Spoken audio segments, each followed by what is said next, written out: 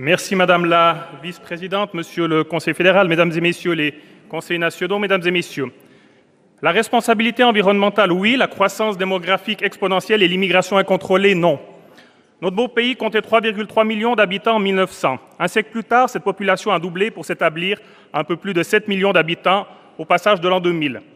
Depuis, c'est une augmentation d'environ 1 million tous les 10 ans, 100 000 habitants de plus chaque année dans notre pays. Nous avons maintenant dépassé la barre des 9 millions. Cette croissance démographique est due à l'immigration, immigration souvent voulue par les mêmes milieux de gauche qui nous proposent maintenant cette initiative populaire moralisatrice. Pas besoin de grandes études pour comprendre que plus de personnes signifie plus de consommation de ressources, plus de pollution, plus d'empreinte environnementale. Il est contradictoire, pour ne pas dire hypocrite, de prôner la réduction de notre empreinte écologique tout en soutenant, tout en encourageant, tout en promouvant une immigration continue et incontrôlable. La vraie initiative pour une protection de nos ressources est l'initiative populaire pour une Suisse à 10 millions d'habitants. Mesdames et Messieurs, la responsabilité environnementale, oui. La destruction de notre prospérité, non. L'industrialisation a transformé le monde, a transformé la Suisse, bouleversant nos qualités de vie. Aujourd'hui, et grâce à cette industrialisation, nous avons la chance de vivre mieux, d'avoir une économie stable et forte, créant richesse, et donc une qualité de vie que beaucoup nous envient. Ceux qui souhaitent revenir au temps d'avant cette croissance sont souvent les mêmes qui ne souhaitent renoncer à aucun de leurs conforts d'aujourd'hui.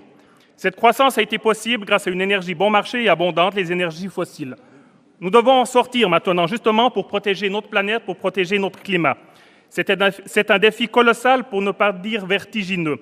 Et comme si ce défi n'était pas suffisant, ces mêmes Verts exigent depuis des années l'arrêt du nucléaire, allant ainsi à contre-courant de bon nombre d'experts mondiaux qui promeuvent justement le nucléaire comme alternative aux fossiles pour atteindre rapidement nos objectifs de réduction des gaz à effet de serre, ceci sans détruire notre économie et nos sociétés.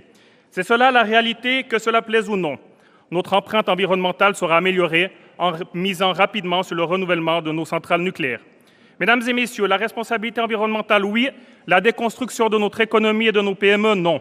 Cette initiative augmentera les exigences de production pour les biens produits en Suisse, créant un désavantage concurrentiel pour les entreprises suisses par rapport à celles des pays étrangers. Cela mènera à des pertes d'emplois, à une augmentation des prix des biens pour les biens et les services et donc encore à une diminution du pouvoir d'achat. Nos PME seraient particulièrement menacées, leur capacité à adapter rapidement leur processus de production étant moindre. Mesdames et Messieurs, la responsabilité environnementale, oui. L'utopie irréaliste, non. La mondialisation a complexifié les chaînes d'approvisionnement, c'est une réalité. L'initiative repose sur des modèles qui, bien qu'utiles, ne peuvent pas capturer toutes les nuances et la complexité des interactions économiques mondiales.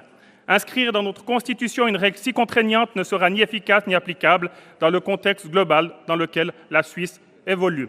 Si nous voulons gérer souverainement et totalement notre empreinte environnementale, alors commençons par arrêter de brader, votation après votation, des bribes de notre souveraineté, laquelle fond comme neige au soleil. Mesdames et Messieurs, pour résumer, la responsabilité environnementale, oui. L'incohérence politique, non.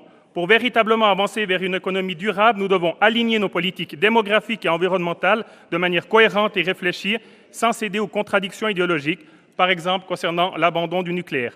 Pour toutes ces raisons, je rejette l'initiative populaire pour la responsabilité environnementale sans lui opposer aucun contre-projet et vous invite à en faire de même.